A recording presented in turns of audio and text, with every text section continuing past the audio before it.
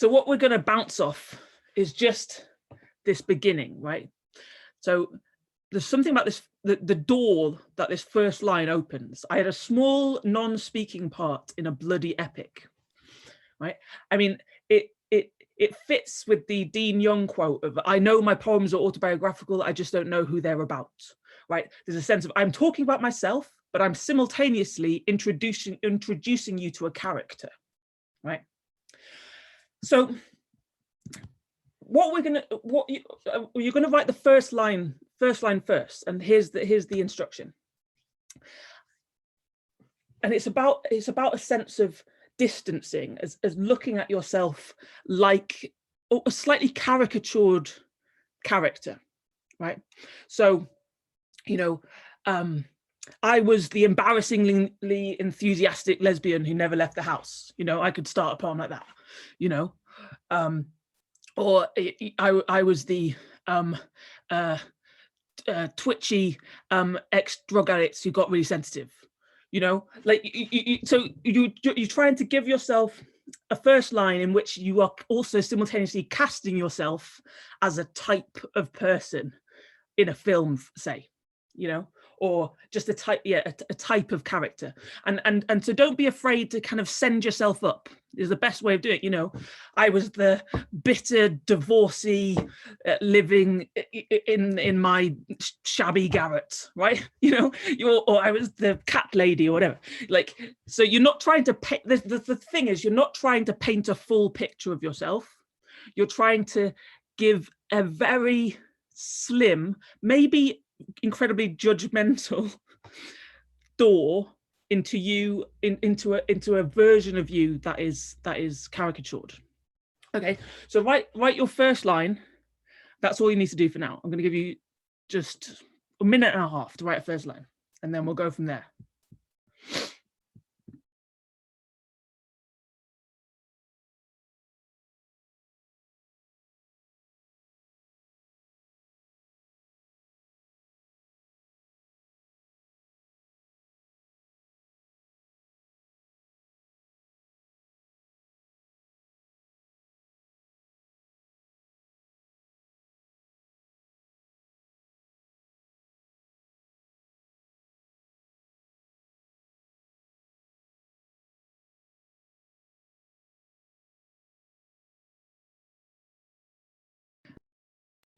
Okay, and when you're ready, Sana says, sorry, I'm a bit late. What are we doing? Okay. Actually, tell you what, Sana, if we'll go around and hear people's first lines, and then you'll figure out what we're doing as other people kind of demonstrate. Okay. We're writing a first line that casts ourselves as a type of character, doesn't show our whole personality, but cast ourselves like a character, like in Charles Simich's poem where he begins, I had a small non-speaking part in a bloody epic. Should we go round? Should we actually speak in person, if that's possible? Or you can either speak in person or you can write it in the chat box. What would you prefer? Do you want to be people or do you want to be typists? People. Okay. People. Excellent. Penny, what's your line? I was always the clown dressed in glitter, but my pantaloons never knew how to keep quiet. Nice. And the only thing I would do is take out the always, just so that you cast it, even though it's in the past tense, it's got that sense of presentness, so that we're entering into the scene. Great. James. I stood gasping and gargling as I guzzled from a stained pint glass, dribbling half its contents down my chin. Okay, great. Now, can you slightly rejig that line so that rather than it beginning with from you as a person, it's like I was the, pint guzzling something or other at the, so it's just so that you're not inhabiting your own self. You're looking at yourself from a distance. Yeah. Does that make sense? Yeah, it does. Yeah, great. Margaret. Wait, I think you're muted. Yeah, sorry, I was on mute. I'm going to need another minute or two because I came in late as well. I've had problems getting in. So can I just have another minute? I wasn't quite sure what we were doing either. Are you clear now? Yeah, so I'm good. Yeah, I think Okay. so. Yeah. Okay, perfect. No worries. Okay. Pat, I had the shortest amount of time to get the job done on minimum wage and without good equipment. the shortest one. Great. Is there any way you can ever so slightly rejig it, just so that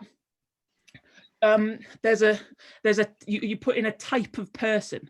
So I was the something on minimum wage with the with the right, just so that so that you've got the it's like if at the beginning of a script, you know, when it's like Penny 22, the secretary with long legs, right? You know, is you're kind of casting yourself as a visible character in the first line. Great. Yep. Alexandra. Oh, hi. Hello. I was the wheedling child pulling at her mother's hand in the lunchtime heat. Great. Yeah, really good. Bridget.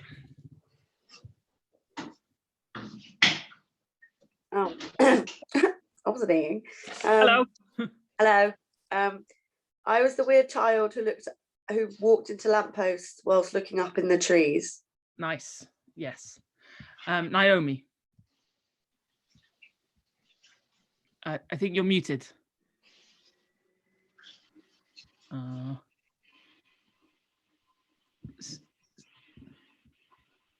Sorry. I was the mad old woman talking to people in the street, the cat woman with the bike. Nice. I was the yeah, night. Good. Kath.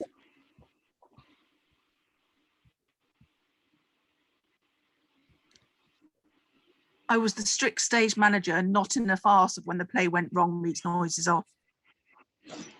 I was the strict stage manager. Then what do you say? Not in the farce of when the play went wrong meets noises off. Not in the okay. I was the strict stage manager. Yeah, that's good. Iona. I was the show off, desperate to be unknowable. Nice. Like you might even want to add, just if you could add something visible to that line, that'd be great. Just even if it's just putting a type of coat on you or something, that'd be great. David. I kept the stitches in a jar and felt along the itchy scar. Okay. Is there any way of slightly rejigging that line just so that you're a character in it? So I was the you know, the something man who kept the stitches in the jar. Okay. Just so that you're visible as a character in the opening line. I was the boy who kept the stitches in a jar. Yeah, although it'll be more painful as in a kind of good way if it's you as an adult rather than you as a child. And I think a couple of other people made themselves a child, but going forward with the poem, it's all about trying to see yourself now at a distance. Alice. Hi. I was the ladylike figure in the long blue dress who seethed inside but never shouted. Nice. Yeah. Ruth.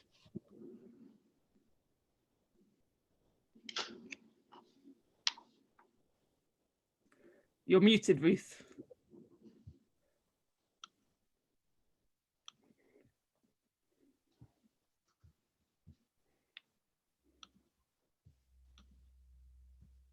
Can you hear me? Yes.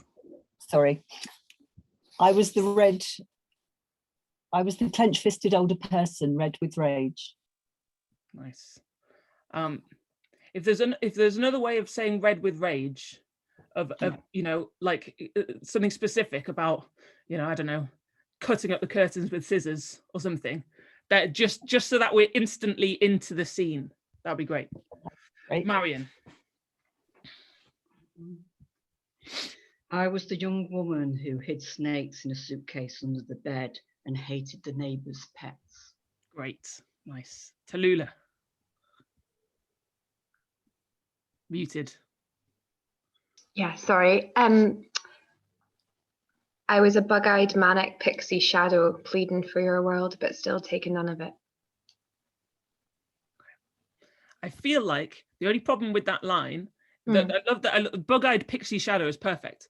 but you've kind of preempted a bit of knowledge in terms of kind of a character awareness right at the end there with the wanting your world, but what did you say? Pleading for your world, but still taking none of it. Pleading for your world, but still taking none of it. Yeah, you've kind of had too much realization too early on, right? You're a bit too enlightened there, right? So take out that, right? Now, just what we're going for is an opening picture that sets you up as something certain. That is, but actually, only represents a tiny bit of you. You know. So that then you can travel forward with that character and find out something about them, even though they're you. Great. Romy.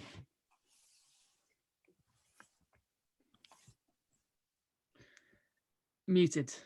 Okay. I was the torn last page in the book a stranger bought with loose change from a second-hand shop on the banks of the Seine. Oh man, I'd hate to do this, but because that's really good. But the problem is you're not a character, you're a page. Right. And and it's quite important for this poem that it doesn't know it's a metaphor. Do you know what I mean? It has to I need it to be a person. And that is a kind of version of you. It's like if they made a film about your life that you'd then complain about because it was unauthorized. Okay.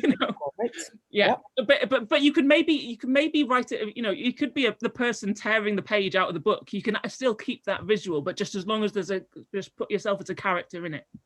Great. Joe. I was the crazed ex-partner wielding my sharpened axe. Good, right, great. Yes, I was the crazed ex-partner wielding a sharpened axe. And the nice thing about that as well, it's like it makes us think about the types of characters that other people cast us in as well. The people with their cameras off, you can, if you want to turn your cameras on, you can, or you can type your thing. I don't want to kind of, break your voids.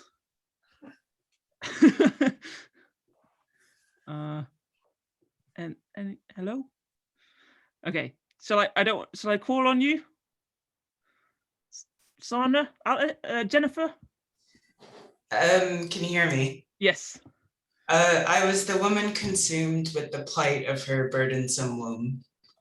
I was the woman consumed with the plight of her burdensome womb. That's great. That's great because it's instantly it's so melodramatic on purpose. And Eve has written, I was the ambivalent suburban mother, nose in her phone on the playground. Great. Jennifer? Oh, I've already gone. Sorry. Oh, you were the one who spoke out of the darkness. Yes. Okay. Yes, I recognize your voice now. And then Sana. Hi, Caroline. It's Sana. Sana. Sorry. Yeah. Thank you. Sorry, I was a bit late. Yeah, I was just trying to quickly scribble something while everyone was talking. I was the undiscovered body under the unsqueaking mattress in my mother's home. Okay, I was the undiscovered body. Okay, it's cheating a little bit, but I reckon because you are dead, which takes away a bit of your agency in the poem. But, am I dead? but you're gonna have to figure out a way to somehow come alive and be undead somehow. We'll see. I think you should stick with it and see where that goes. And then Jade, have you just joined? Oh yeah. Sorry, it's Jaden, but there's an N missing at the end. All right. Okay. Cool. Hi, Jaden. So, have you heard anything yet about what we're doing? No, I was caught in another meeting, so it was. Okay, don't worry. Well, we're just right. People have just written first lines, casting themselves as a type of character in a film. Like I was the ambivalent suburban mother, or I was the crazed ex-partner with wielding an axe, etc. So just find a first line in which you caricature yourself. Right. Okay. I'll be the mysterious stranger that arrives late. Okay, well that's quite good. Actually. So I'm gonna now give you 7 minutes, right? And what I want you to do is this is all about kind of autobiography, but not worrying also simultaneously not worrying about the truth, right? So you're setting yourself up as a type of protagonist, and even though it's yourself, you're going to stride out into a heightened version of your life, right? Using the lens of your first line.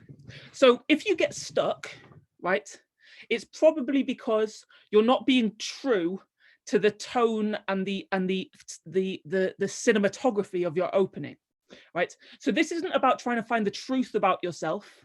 This is about trying to find the truth about this tiny slither of yourself, right? And you might end up in a place that fills you with self-loathing, right?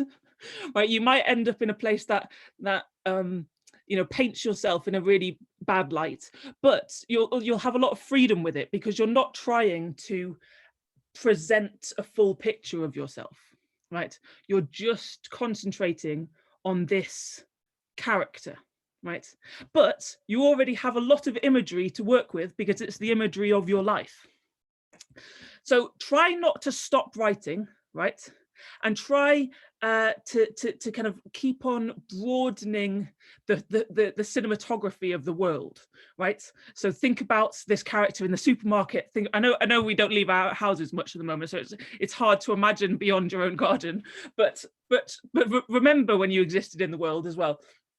And think about how this person interacts with other people, you know, and everything they get wrong and all the awful things they say and all of the, you know, the ways in which they all the stuff that they blame themselves for at night, right? Just have fun painting quite an unflattering picture of yourself and see what happens. Yeah. Okay. 7 minutes. We'll see what happens. Go.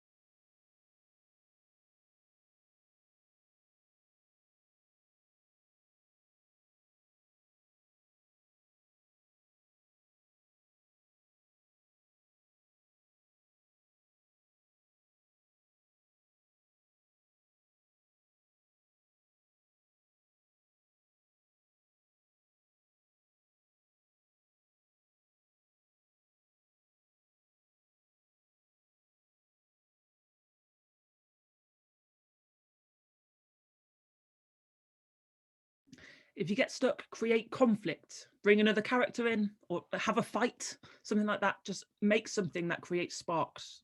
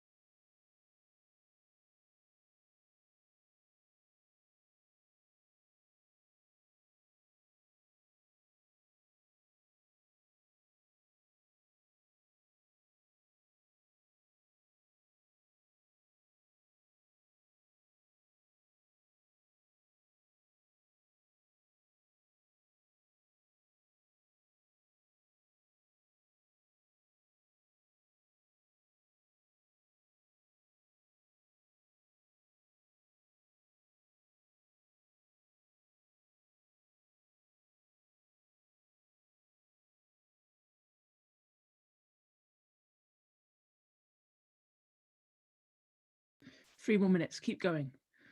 Let it take you somewhere unexpected.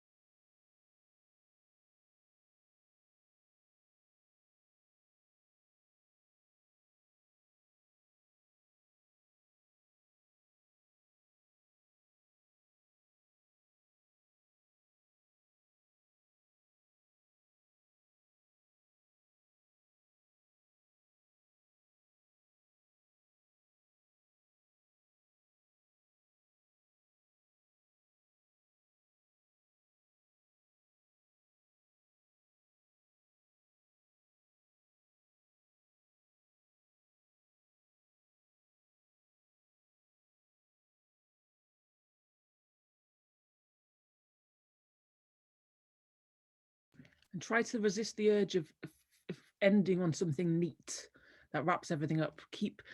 Think cinematically. Keep seeing things rather than summing them up.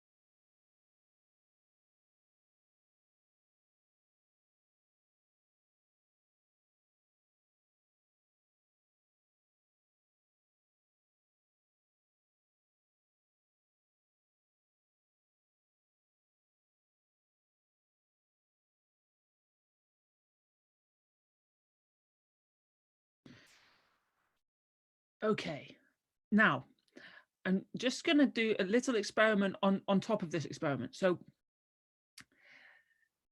and you might cut this, but I'm a great believer in getting disqualified from your own poems and going past the finishing line and seeing what's in no man's land.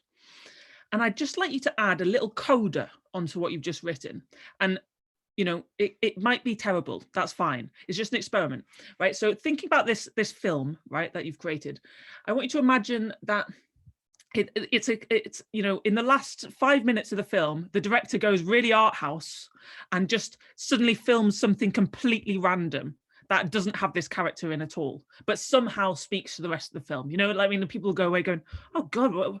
I mean, it just ended with like 30, you know, 3 minutes of staring at different types of reservoirs or something, right? Whatever. But just something. Just add a coda where suddenly the camera is on something completely different in a completely different scene. It might be a busy scene. It might be a completely quiet scene, and don't know why. Try and not tell yourself why you've put it there.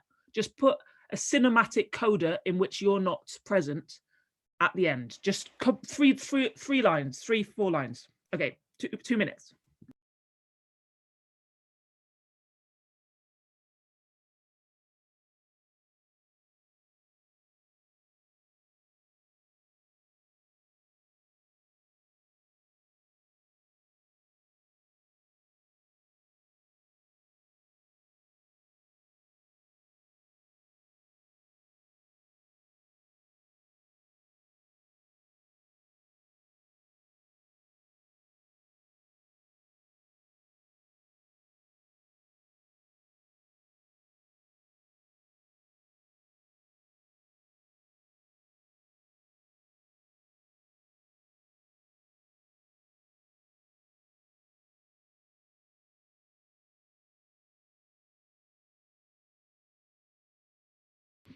And then when you've done that, give the poem a title that is the title of this film about this unauthorized film that is libelous about your life.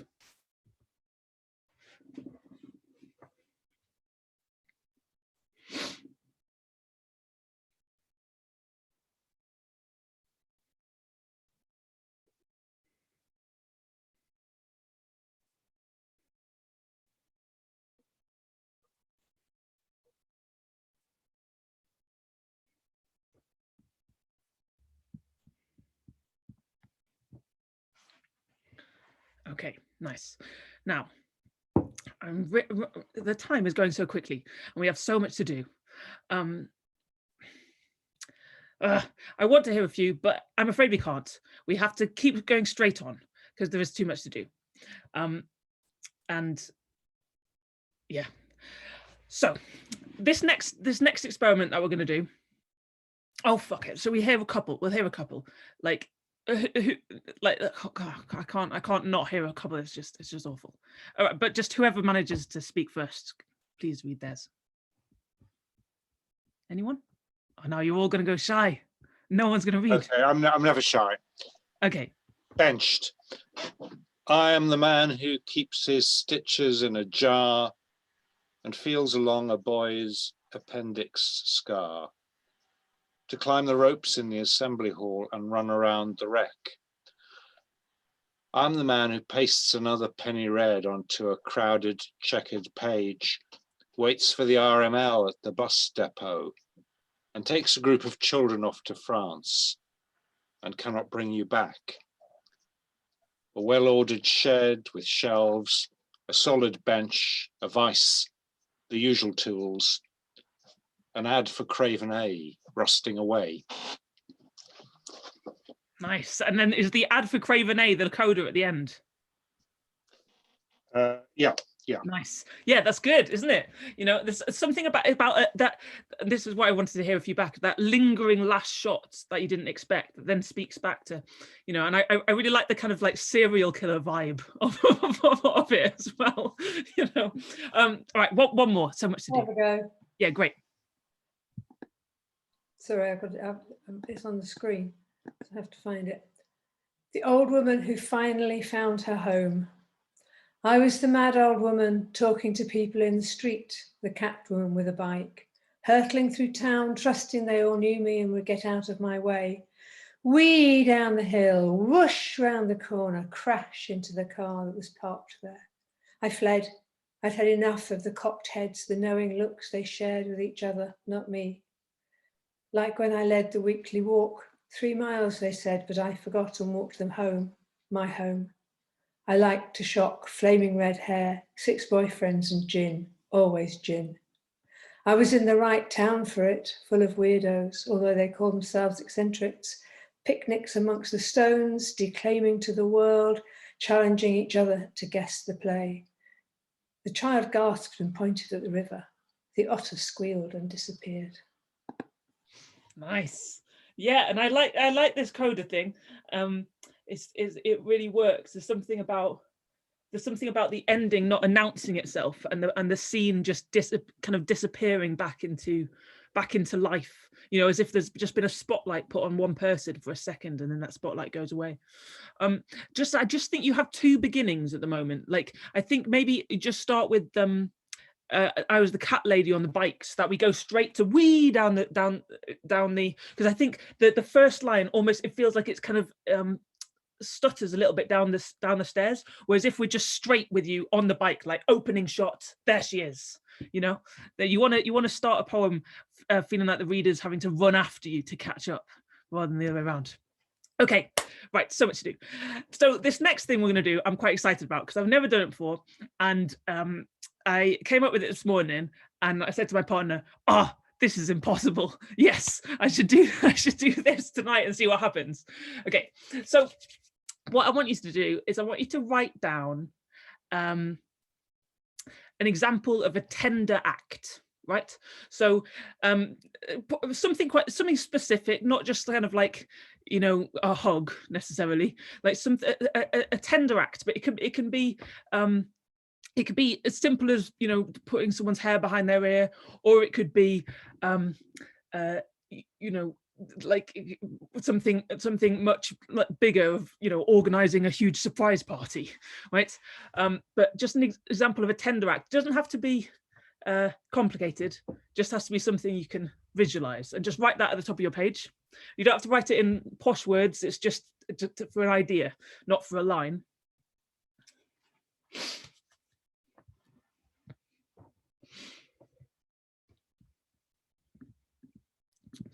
And then once you've done that, we're going to read, and I think it's a silent P, I was told today. I'll keep on choosing poems with words I can't pronounce in them, which is always bad. But the Ptarmigan Hunter by Salima Hill, which is the poem after the Charles Simic. And then I'll tell you what we're going to do. Oh man, this has, I can already see a few words I can't pronounce.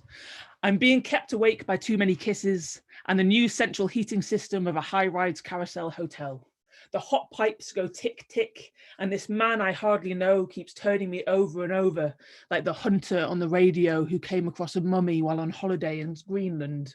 Lady of Quilakitsoch, sleeping on ice, your face tattooed by the old woman with the seal bone needle, your body wrapped in cormorant skins and polar willow leaves, sleep while you can. An off-duty ranger drove over in his Dodge from Umanak to shoot ptarmigan and found a young woman freeze-dried like coffee under a rock. He cut off her black underclothes and took them home to his father, who, being afraid of ghosts, fed them into the garbage guzzler he had just bought. It's such an amazing poem. But this, okay, what I want you to do now is I want you to, underneath your tender act, I want you to write an example of something awful, right? An atrocity, right? You know, like someone feeding the clothes of a dead woman into their garbage guzzler, you know, or to think of the Sharon Olds poem, you know, the murder cannibal who kept ankles in his freezer, you know, or that guy who had to saw off his arm to get out of that crevasse, right? I think so. Just an example of something awful, not like 9/11. That's too big, right? But something, you know, like a visible, you know, terrible thing that is not a whole, you know, doesn't involve like a whole country.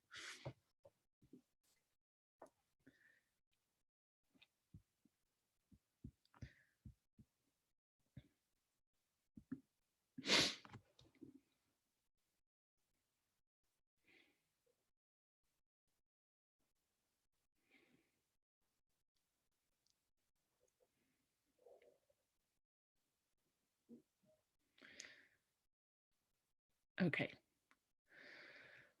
Has everyone got their awful thing?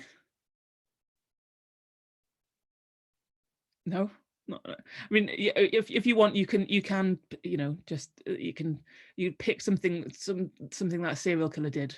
You can pick, you know, you don't have to. It doesn't have to be original. You can think about, I don't know, drilling holes into people's heads or something. Just it has to be something though that you can picture, and that is really horrible. You know, something that if it was in a film, my mom would go, "Oh no," and turn it off. You know. And now here's the impossible bit, okay? And you can't overthink it because I'm just going to give you 7 minutes and you've just got to throw yourself at it. I want you to decide that these two things are alike, right? That your tender act and your atrocity, like, or your atrocity is a metaphor for your tender act, right? Right, that they are comparable, that they are some way the same. Just like in this Salima Hill poem, she shows how, you know, sex is similar to a frozen mummy being turned over and over, right? Now it's going to feel kind of like impossible and very strange, and it might fail spectacularly, but that's good. That's fine. You're just going to spend 7 minutes trying to figure out a way in which these two things are incredibly similar. Okay, See what happens. 7 minutes. Be playful, and yeah, it's impossible. So you might as well go.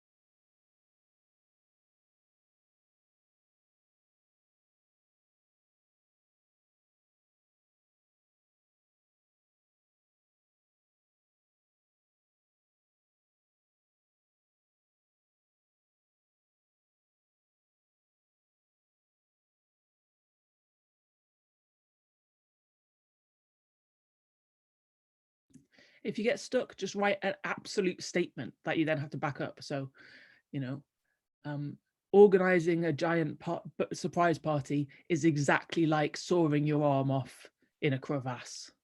And then you have to go on from there.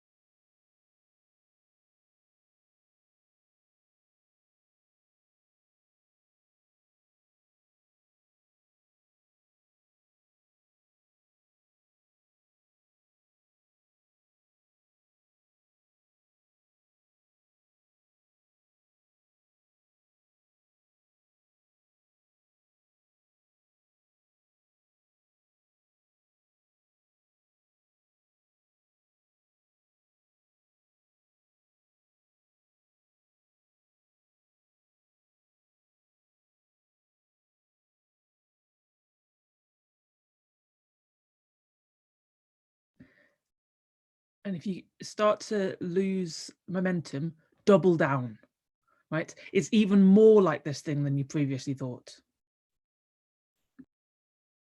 3 more minutes.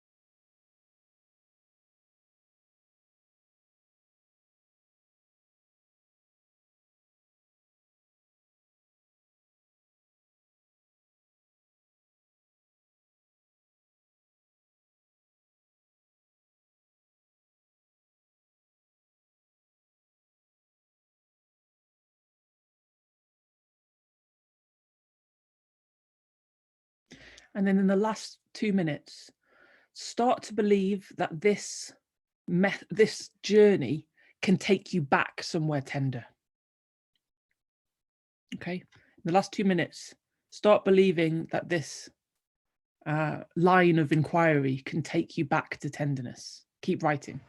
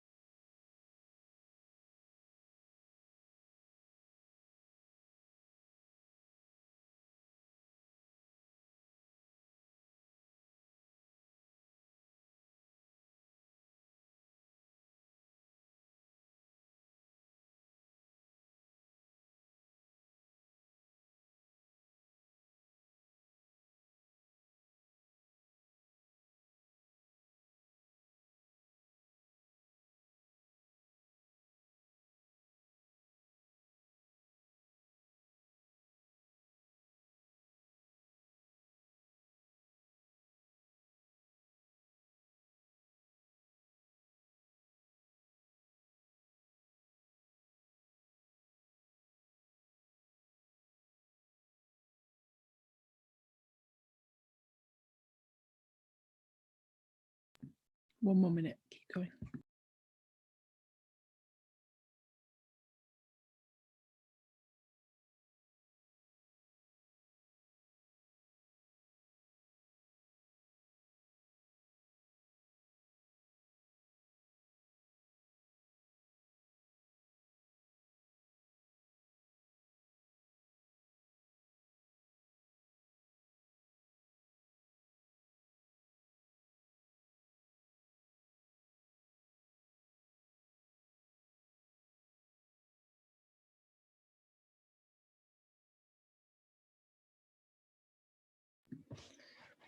Okay, that's 7 minutes. Give it a title as well.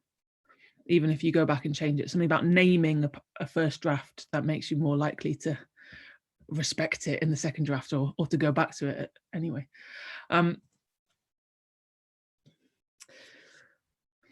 So just while you're the smoke is fading from your ears, there's something about the method in a first draft of how do you make discovery necessary, right? How do you set yourself up in a first draft so that you have no choice but to discover something, right? You know, and because something about that previous exercise, you are in your own life, but you've created a persona right from the beginning. You're stepping into a type of world that already exists, you know, and so there's a feeling of like I need to discover the rest of this film, right? And with this, you've given yourself a clash, and then you then need to figure out how to make that work, you know. And so rather than worrying about being wise or writing well, you're working on that puzzle, right? And you're trying to discover something, and something about that in a first draft that creates that aliveness, right? If your main focus has been on discovering the poem rather than proclaiming something wise and reflective, right, then you're much more likely to accidentally find the truth, is always been my experience.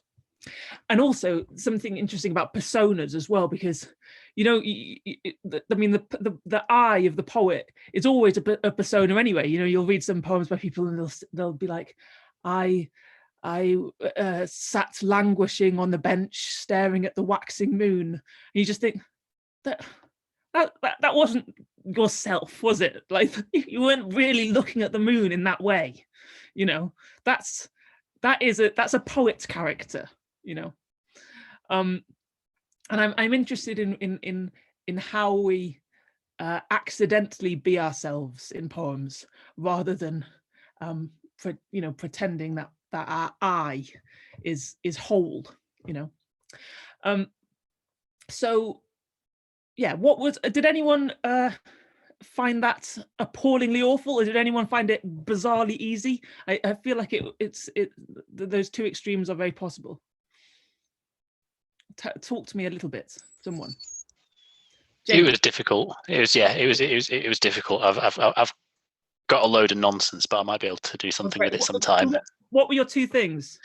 So the tender act was just kind of like pulling somebody's elbows back behind the back to help them stretch out, you know, kind of after they've been exercising. So, you know, you push the elbows back behind. And the atrocity was tying a cat to a table and dissecting its guts. That's good. There's a good alchemy between those two. So I've got a load of stuff about kind of like stretching tissue and kind of loosening the muscle and so it kind of, I mean, I don't know, it's no, that's good. That's it. That I can really see that working. Yeah, perfect. Someone else tell me their clash. I have so the act of kindness was offering a stranger on a train the spare 2 fingers of a 4-finger Kit Kat. Oh, that would be really lovely. Yeah. Yep.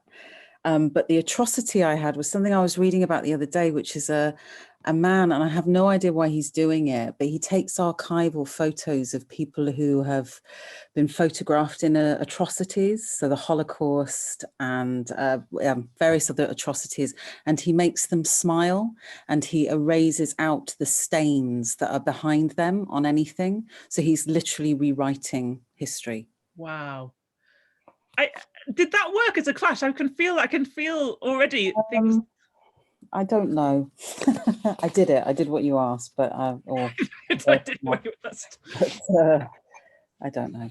But there's something about putting two things side by side that automatically creates a chemical reaction, you know, and so suddenly I find myself thinking about, you know, the eeriness of someone thinking they could solve everything by giving half their Kit Kat away relentlessly to people, you know, and like there's something about the mania of putting smiles on victims that feels like it. I could also imagine that person insisting that everyone has half their Kit Kat even when they don't want it. Do you know what I mean? There's definitely a possible alchemy there for sure.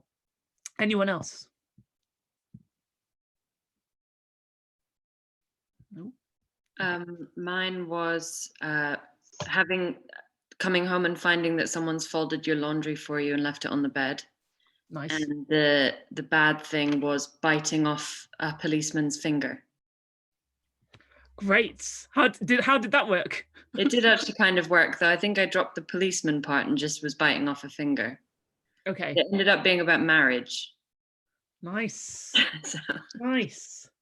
You know, I mean, and of course, all of these experiments, and the whole point of an experiment is that failure has to be possible, right? You know, and you have to treat these things like crash mats, and they might not work. And this is the thing. Every time we write a first draft, we have to get over the grief in advance that we might be wasting our time, right? You know, like when you set out to not waste your time in a poem, it's always a terrible thing, you know, because you want to overwrite, you want to get disqualified from the poem, you might want to write 3 pages before you even stumble across the clearing that is the poem. You know, there's so much necessary time wasting, and often the better we get, the more we stop wasting our time, and then we can't get any better. Following from that, you know, we have to keep experimenting and failing on purpose, and it's exhausting, you know. And so, but the way to kind of keep up your own momentum is to keep the playfulness and the sense of curiosity. So you're like, well, what could I make these things join together? Maybe not, you know.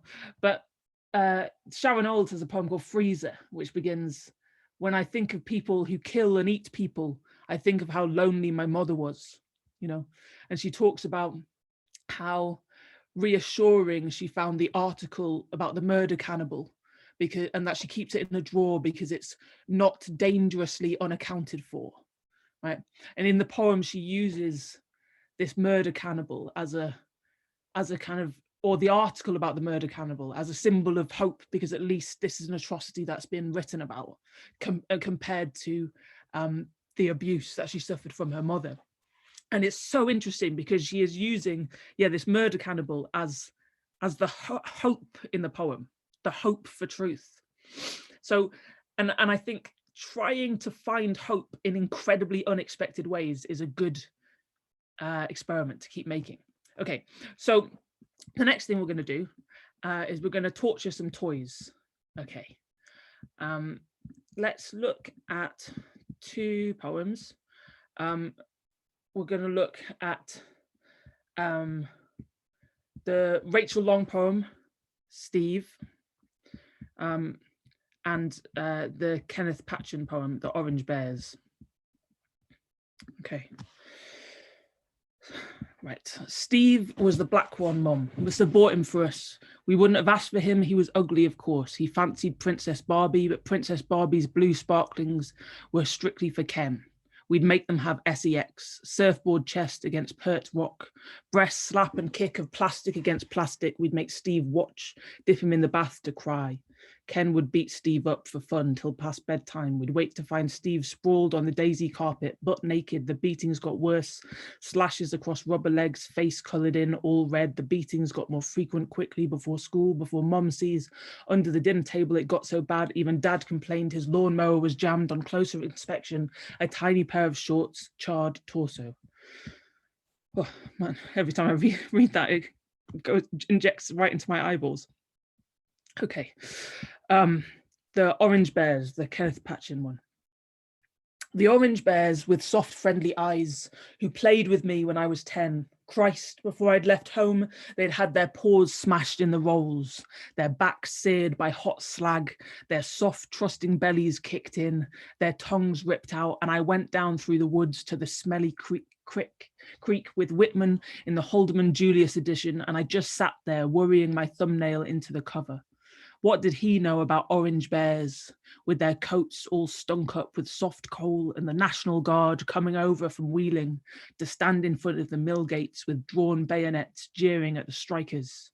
I remember you could put daisies on the windowsill at night, and in the morning they'd be so covered with soot you couldn't tell what they were anymore. A hell of a fat chance my orange bears had.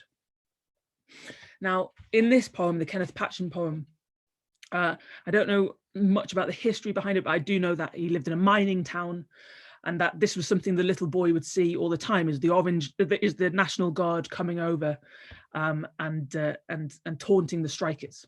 And in this poem, that's what's happening to the orange bears. The orange bears are suffering the same fate as the strikers. So the child is reenacting what's happening on their toys. And obviously in the Rachel Long poem, there's there's this kind of similar thing happening, but it's even more concentrated and even more brutal and relentless. So, and both of them have that sense of the subconscious as well, of the child not realizing that they are recreating a world that they didn't invent. So you might have had a wonderful childhood, right? I hope you did, right? So this exercise isn't a kind of competition about the worst childhood. It's just an exercise about reflection, okay? And using toys, just like we used just created that slight bit of distance to create the cameo of the character. You're going to be using toys as a kind of distancing, like a canvas, to paint a picture of your childhood. So you can pick teddy bears, you can pick dolls, right? And then what I want you to do is I want you to inflict your childhood upon them, okay?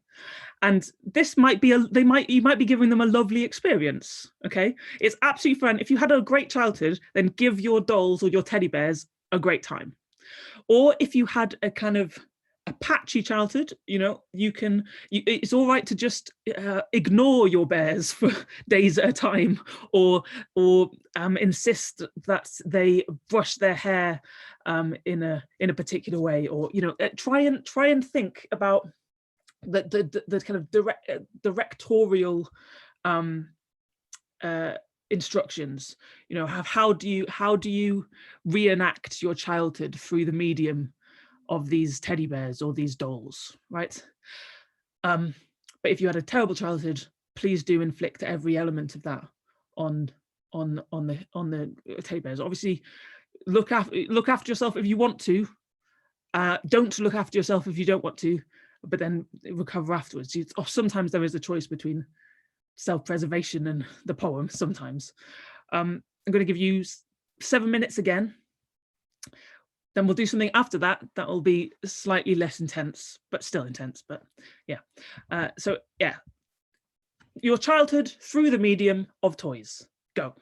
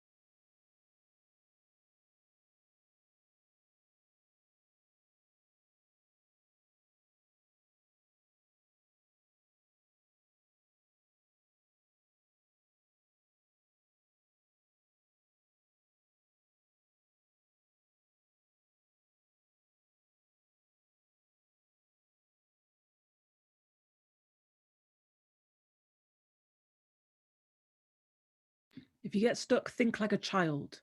Children play with toys in such interesting ways, and they take them all over the place, and they make potions for them, and they put sellotape around their heads. You know, think like a child, play more intensely.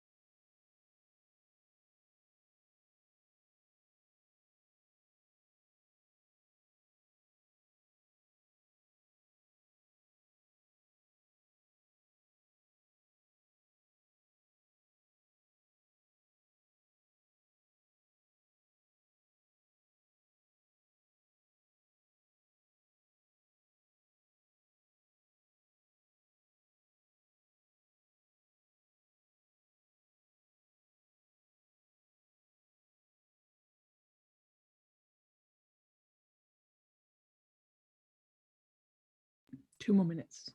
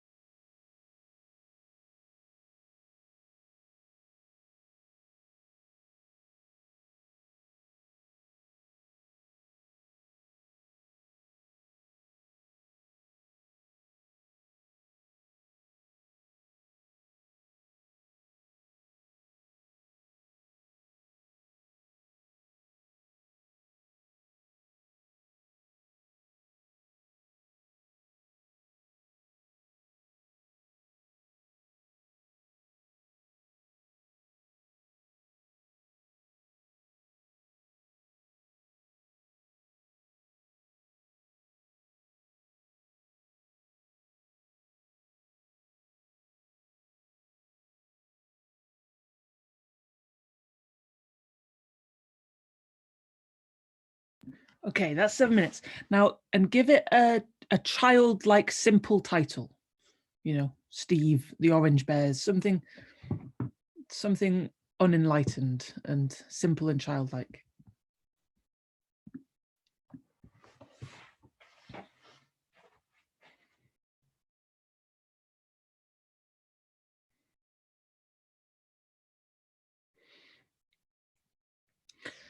With the poem, you're also trying to find, you're trying to create a container in which you can tell a huge amount of story, but without feeling like you have to justify your existence, right? And there's something about giving yourself an idea like this, where you're writing about your whole childhood, which is impossible, and yet making this, having a conceit, right, about, yeah, I'm gonna inflict it upon some bears, or yeah, turning yourself into a character, or saying I'm going to link these two things together. You're deliberately creating a canvas right from the beginning, right?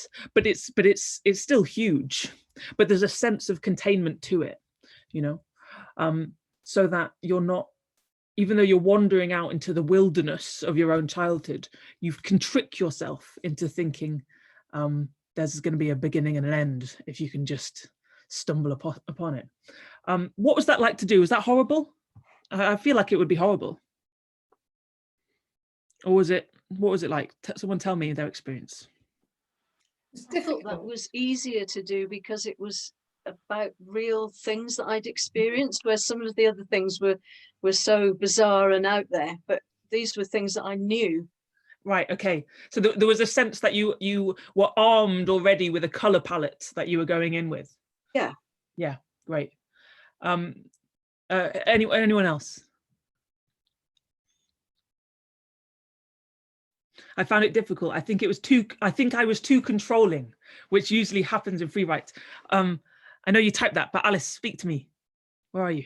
Oh, there you are. I'm here. Yeah. Yes. So no, that's so interesting, and I love it when an exercise kind of goes wrong in your head somehow, but you realize why. I think it's just as useful as it going well, to notice a wall in your own head. So when you say you were too controlling, what do you mean? Well, I don't think I wanted to let them play. I think I was just sort of being too much of a kind of, well, I think you should go here because then you'll be symbolizing this, you know? Yes. You mean you kept on kind of knowing the metaphor was a metaphor? Yeah, I think so, yeah. Yeah. And that's that block is just constantly regrowing in every poet. Is like, how do we forget that things symbolize stuff in order to be able to dream the dream? You know, because what we're trying to do is we're trying to like dream the dream. We're not trying to constantly wake up from the dream and interpret it. You know, it's like our job as poets, yeah, is to just dream the dream, and then readers can wake up from it and go and scratch their heads and go, oh, I wonder what that orange bear symbolized. You know, but when we're in it, we want to be able to play. But the fact that you felt that, Alice, like you felt like, oh God, why do I keep on deliberately putting stuff in places, means that it's a really good sign, you know. And maybe after this workshop you can just go at it again and see what happens if you do the opposite of what your writer brain is telling you to do. You know, as soon as your writer brain hands you a map, just burn that map and go somewhere else on purpose. You know, it's like, that's how I do directions, because I'm so terrible at directions. It's like, if I feel like it's that way, it's going to be that way, you know. Okay, we've got 10 more minutes, so we're going to do one final thing just to kind of cleanse our palates and end in a powerfully dishonorable place. Let's look at the Jane Yeh poem, which is, I think it's the first one. The Revenger's Tragedy. You don't return my calls. In a month of missing days, everything thwarts me. Even the curls of my hair freeze. My skin sheds, leaving flakes on my wool sweater. We are erratic, both changing with the weather, but you think of it as an astronomical progression. Last year, you called me your little sunflower. 11 blizzards later, I think of how to get you. Calculating Mercury, sighting along constellations, rehearsing the lines of a paid assassin. Not know me, my lord? You cannot choose. I bide time, horse-tongued and blue as poison. The double line of my eyes gone to slits. I hate like a tooth hurts at the root. I will startle the bones from their sockets. They will crack like glass and catch in your throat. I will dazzle your heart from its cage. The lungs will knock and clap together in the empty place. The applause will make you rattle. Okay, that's fun to read. So in this poem, I want you to address it to somebody in particular, somebody that you have unresolved issues with, right? And somebody who, you know, there is fault on both sides. You know, it could be a sibling, it could be a partner, could be a parent, could be a friend, right? But here's the thing, I want you to acknowledge no fault of your own, right, in this poem. Okay, so even though there is definitely fault on both sides, this poem is going to be purely accusatory, right? And it's going to focus entirely on all the different ways that they have wronged you, right? I want you to channel your own inner, you know, melodramatic paid assassin, right? Keeping on that kind of that sense of being a character in your own story, right? All I'm going to give you is the first maybe the first 2 words just to kind of get you going, which is, I think you can nick the first 2 words, just start with you don't, right? You don't ... right? So you start with a statement that has an accusatory feel. Think in pictures as well, that you can really enjoy the cinematography of this as well, right? And it's very important that you don't acknowledge, even in an inner sense, your own irony, right? So you need to genuinely feel like you are completely blameless in this. Okay, they are entirely at fault. They are the ones who have done everything wrong. You are entirely saintly and have done nothing but be wronged.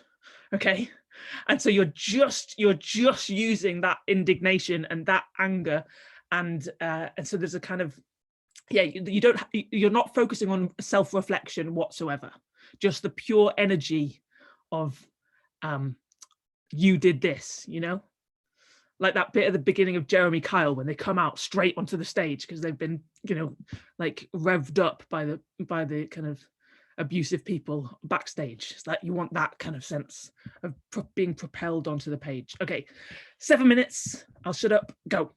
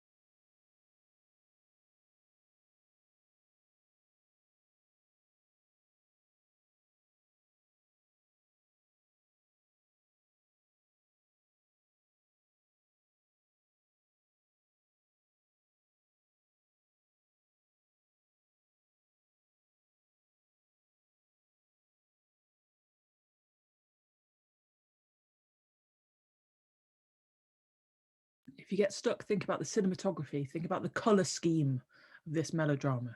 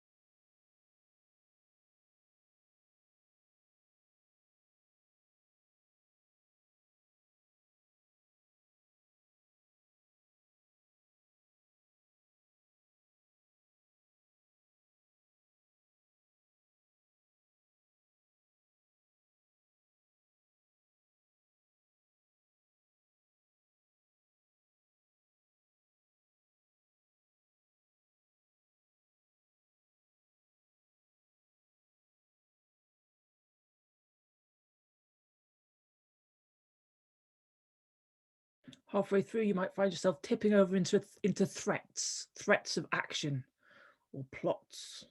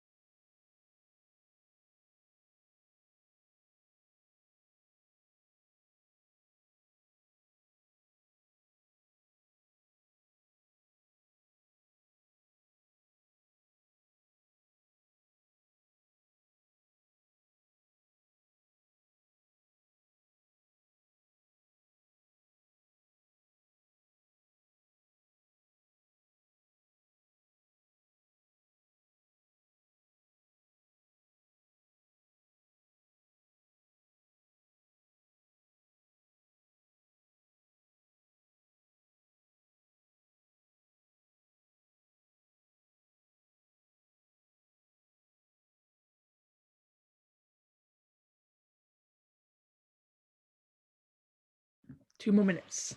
Keep going. Try to let it get a bit out of hand.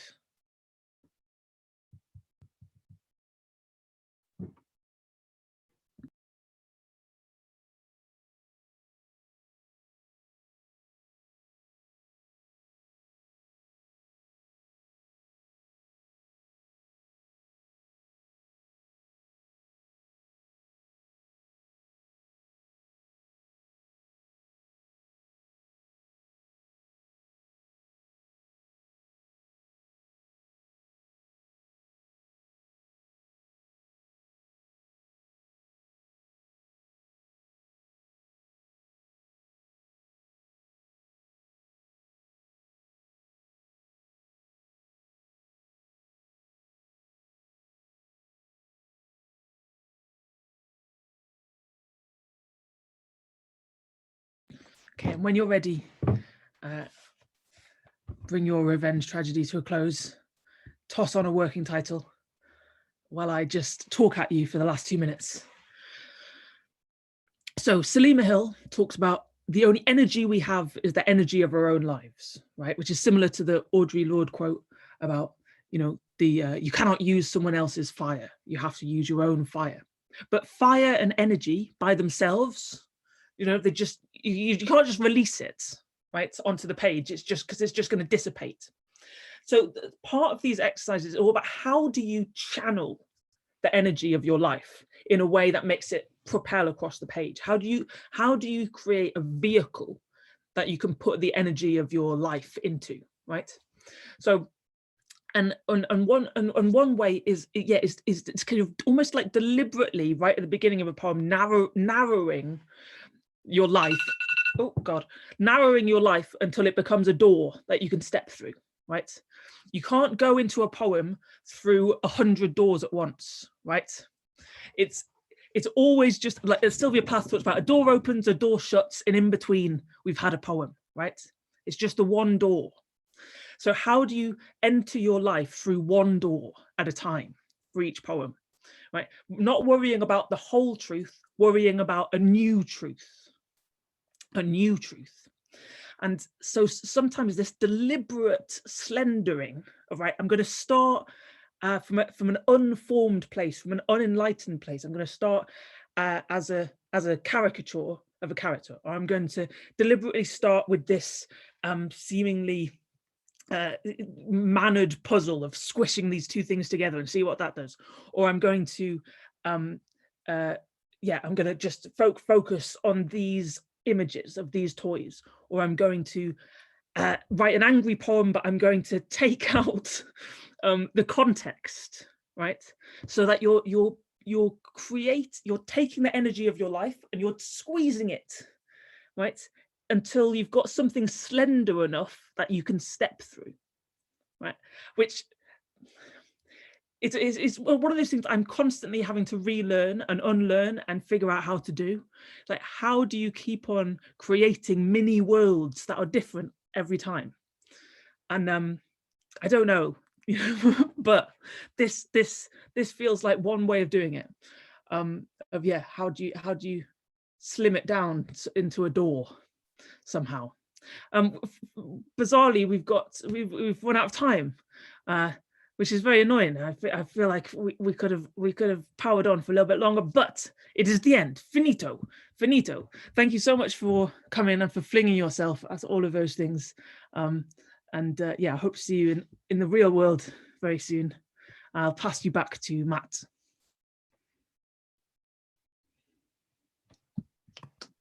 That was absolutely wonderful. Thank you very much, Caroline. That was fantastic. I hope everybody found that as useful and as fascinating as I did. Yeah, thank you all for joining. Like I say, I hope you've enjoyed it. I'll send you an email probably in the morning just asking you to leave your feedback, more for Write Out Loud than for Caroline, just so we can constantly learn as we offer new things. And yeah, that's all I want to say, really. Thank you for coming. Thank you for all sharing. I really appreciate it. And I'll be announcing the next one of these sessions in the next couple of days. I've got a really amazing guest tutor lined up. So yeah, stay tuned and thank you. Take care, everybody. Thank you.